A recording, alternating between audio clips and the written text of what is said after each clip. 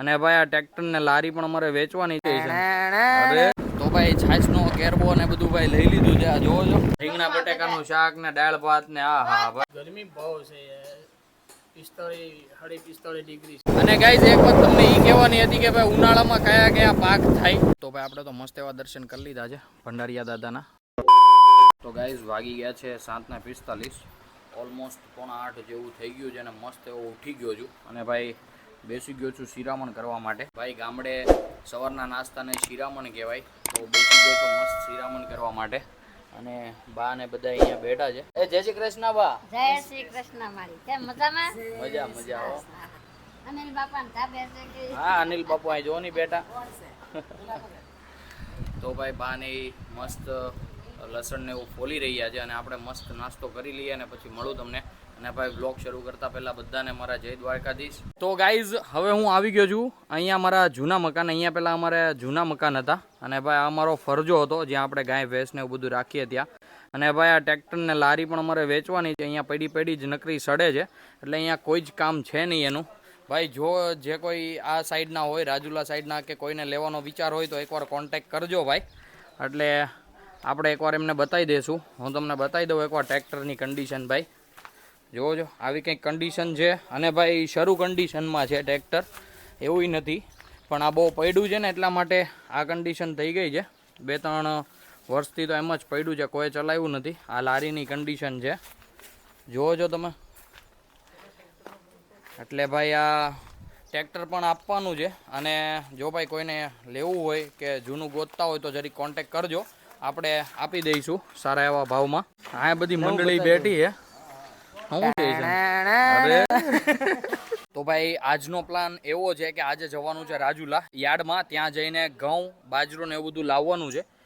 પપ્પા દાદા ભાઈ અને બીજા કાકા અથવા બધા જાય છે આ ગાડી લઈને. એમાં અત્યારે વાઇપરની ટંકીમાં પાણી ફિલઅપ કરે છે અને હું હાર્દિક ને બીજા કાકા અથવા બાપા જઈશું આ ગાડી લઈને. ત્યાં બહુ બધું કામ છે, પાણી પણ સાથે લાવવાનું છે અને જે ઘઉં ને યાર્ડમાંથી લઈએ એને પણ દળાવવાનું છે. એટલે આવું બધું કંઈક શિડ્યુલ છે. અને ભાઈ એક રિક્વાયરમેન્ટ એ પણ હતી વ્યુઅર્સની કે ભાઈ તમે વ્લોગ હિન્દીમાં ન બનાવો તો ભાઈ આપણે કંઈ વાંધો નહીં, આપણે ગુજરાતીમાં જ વ્લોગ બનાવીશું અને મસ્ત મજા કરાવીશું. જોડાયા રહેજો અને છેલ્લે સુધી જોજો વ્લોગને, ખૂબ મજા આવશે. અને શું શું છે રાજુલામાં એકદમ મસ્ત ટાઈપનું એ બધું હું તમને બતાવીશ. તો ભાઈ જતા હતા રાજુલા અને આવી ગયા છે આ ભાઈ ભંગાર ભરવા માટે. ભાઈ આટલો કંઈક ભંગાર નીકળો હતો ઘર સાફ સફાઈમાં, તો વિચાર્યું કે આપણે તો કોઈ કામ આવવાનો નથી તો આપી દઈએ ભંગારમાં. નટુ કાકા બહુ હરખાય છે. શું છે નટુ કાકા બધી? ખેડૂ માણાને હે ખેડૂ માણાને શું હોય લે હાલે હીરાનું બધું મૂકી દીધું કીધું. તો ભાઈ આવી મસ્ત મસ્ત હવાઈનું કર્યા કરીએ છીએ અને નટુ કાકા કાંઈકનું કાંઈક ભાઈ ટેમ્પા માંધીને લીધા કરે છે. જે ભાવમાં નક્કી થયું છે એમાં ભાઈ તોડ પાણી કર્યા કરે છે. અનિલ બાપુ અહીં બેઠા છે અને ભાઈ ગાડી લઈ લીધી છે છાંય, કારણ કે તડકાની તપી ગઈ હતી હૈદબારી. તો ભાઈ વિચારું જવું છે તો લઈ લઈએ છાંય. તો ભાઈ અમે કાઢીએ માંડકી અને હું અને કિશનભાઈ જઈએ છીએ છાશ લેવા માટે. કિશનભાઈ ધીમે હો.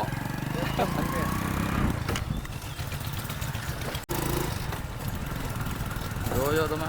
તો ભાઈ છાશનો કેરબો ને બધું ભાઈ લઈ લીધું છે. આ જોવો છો અમે ભાઈ અહીંયા હામટા 17-18 જણા છીએ તો ભાઈ 20 લીટર છાશ તો જોવે કે નહીં.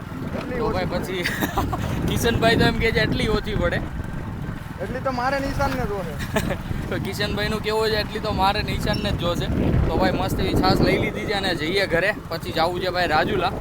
બધા રેડી થતા હતા, નાતા ધોતા હતા એટલે વાર લાગી ગઈ. પપ્પાની તો ક્યારના પહોંચી ગયા હશે, એમને જવાનું હતું યાર્ડમાં ઘઉં અને બાજરું ને એવું બધું લેવાનું હતું તે. તો કાંઈ નહીં, જોડાઈ રહ્યો. રાજુલા અમારે પણ જવાનું છે, શું કરીએ શું નહીં બધું બતાવતો રહો. અને ભાઈ ગામડે જો આવું બધું કંઈક હોય છે, આવી રીતના છાશ ને બાસ ને બધું લેવા જ આવી પડે છે. અને ભાઈ કંઈ વાંધો નહીં, ખાવી છે તો લેવા જ આવવી પડે. હું કેવું કિશનભાઈ? એકદમ બરાબર છે.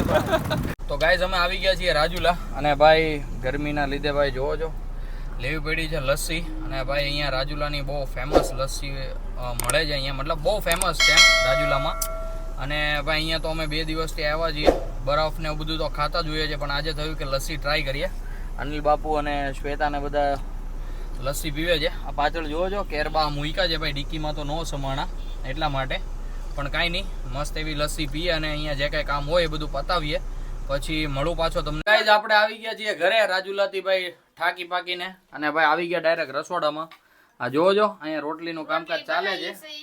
હા, રસોઈ આવી ગયા છે. કાકી ને મમ્મી રોટલી બનાવે છે, કાકી વણે છે અને મમ્મી ચોડવે છે. એનું શાક કર્યું છે બટેટાનું રીંગણાનું તો ભાઈ આજે રીંગણા બટેકાનું શાક બન્યું છે સરકારી. તો દાળ ભાત છે એટલે વાંધો નહીં, બાકી આપણને તો ભાવે નહીં કાંઈ રીંગણા બટેકાનું. અને ભાઈ એ દેશની કેરી હું એ ભાઈ ગામડાની છાશ ને આહા મજા જ આવી જાય અહીંયા તો ભાઈ. મજા કરવાની છે આમ નમ. જો ખાલી દાંત કેટલા આવે છે એને આમ જો તો ખરી તમે ખાલી. આમ જોવો જો રસોડામાં કાંઈ પંખો બંખો નથી, આ એક હવાબારી છે અને દરવાજો બસ. હા એટલું તો બહુ થઈ જાય ને કાકી. હે આમ જો પરસેવાના ટીપા પડે છે ભાઈ. એ રોટલીમાં મીઠું ભળતું જાય ને હા હા હા થોડું કાંઈ ઘટે એમાં.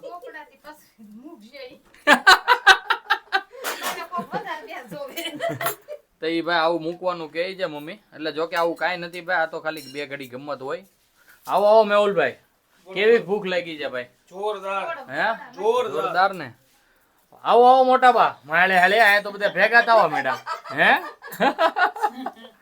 તો ભાઈ અહીંયા બધી પલટન ભેગી થવા માંડી છે. હવે આપણે ખાઈ લઈએ મસ્ત એવું અને પછી ભાઈ મળીએ. રીંગણા બટેકાનું શાક ને દાળ ભાત ને હા હા ભાઈ. અને ભાઈ વાગી ગયા છે 12:30. એટલે ભાઈ કોને ભૂખ ન લાગી ને ભાઈ આ ગરમીમાં તો રેવાતું ને આ છોડું. કંઈક કરો કંઈક કરો, ભગવાન ને કઈ પવન નાખો કાં તો ફૂક બૂક મારો. 90 કહેવાય. તો ભાઈ આવું બધું છે. અને ભાઈ ઘીથી લબલબા લબ હો ભાઈ, એમાં કાંઈ ન ઘટે. તો ગાઈઝ વાગી ગયા છે 12:57 અને ઓલમોસ્ટ 1 વાગી ગયા છે. હું મેહુલભાઈ અને કિશન બેસી ગયા છીએ જમવા. ઈશાનભાઈ પણ આવી ગયા છે રાજુલાથી. અહીંયા ભાઈ આ ગાડીમાંથી સામાન ઉતારે છે, જે સામાન લેવા ગયા હતા એ. અને ભાઈ અહીંયા મમ્મી કાપી રહ્યા છે કેરી. ભાઈ દેશી હોય એમાં કાંઈ ન ઘટે. અને ભાઈ એક નંબર તાબર તોડ ભૂખ લાગી છે, કહેવાય ને કે આમ સહન નથી થતી એ ટાઈપની ભૂખ લાગી છે. ને ભાઈ અહીંયા ગરમી એવી પડે ને ગજબની એમ. તો ભાઈ મસ્ત છાશ પણ ઠંડી છે આમાં તપેલામાં. કાકી પણ જો છાશ પીરસે છે, મમ્મી કેરી કાપે છે. ઈશાનભાઈ ભાઈ હાથ પગ ધોઈને હવે બેસી જાય જમવા, બસ એટલી વાર છે.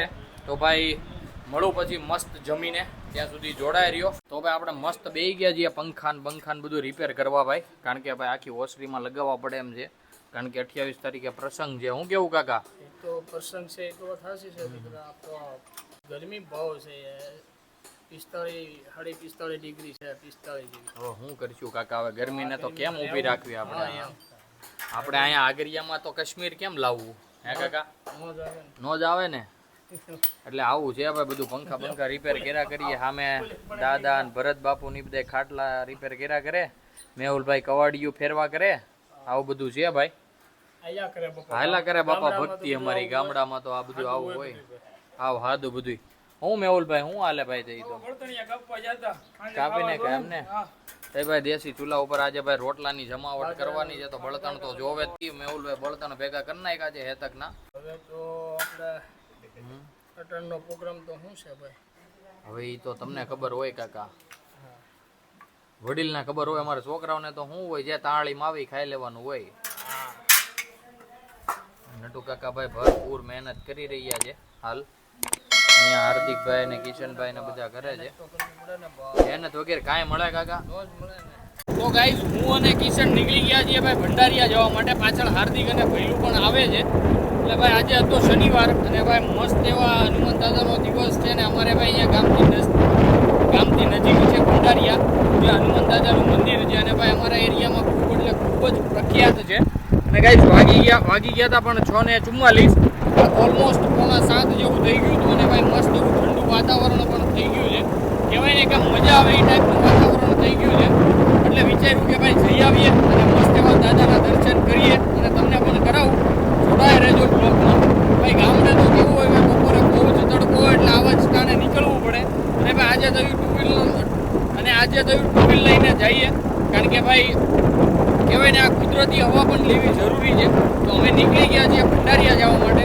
જોડાઈ રહ્યો, ત્યાં જઈને તમને પણ દર્શન કરાવીએ અમે.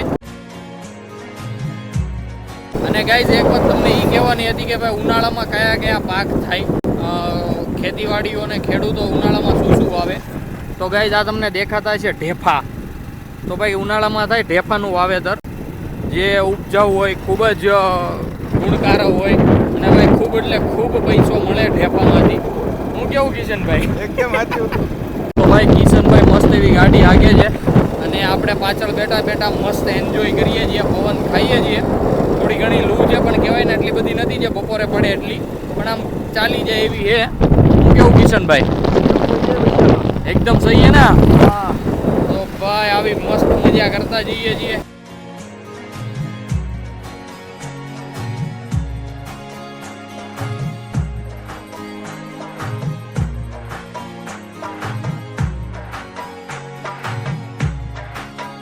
તો ગાઈઝ ભંડારીયા ગામ આવી ગયું છે. આ જોવો જો ભંડારીયાનું બોર્ડ બતાવી દઉં તમને. તો ગાઈઝ આપણે પહોંચી ગયા છીએ ભંડારીયા ગામમાં અને ભાઈ હવે અહીંયાથી એક જરીક જ છે, આ રોડ જાય છે એનો.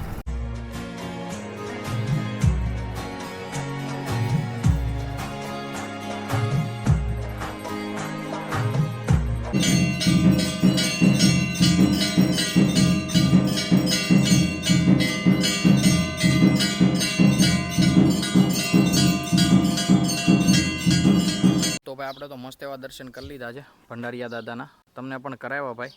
મને કોમેન્ટમાં જણાવજો કેવો લાગ્યા તમને. અને ભાઈ તમે ખાલી નેચર જુઓ, લાગે છે ને એક નંબર, એમાં કાંઈ ન ઘટે ભાઈ.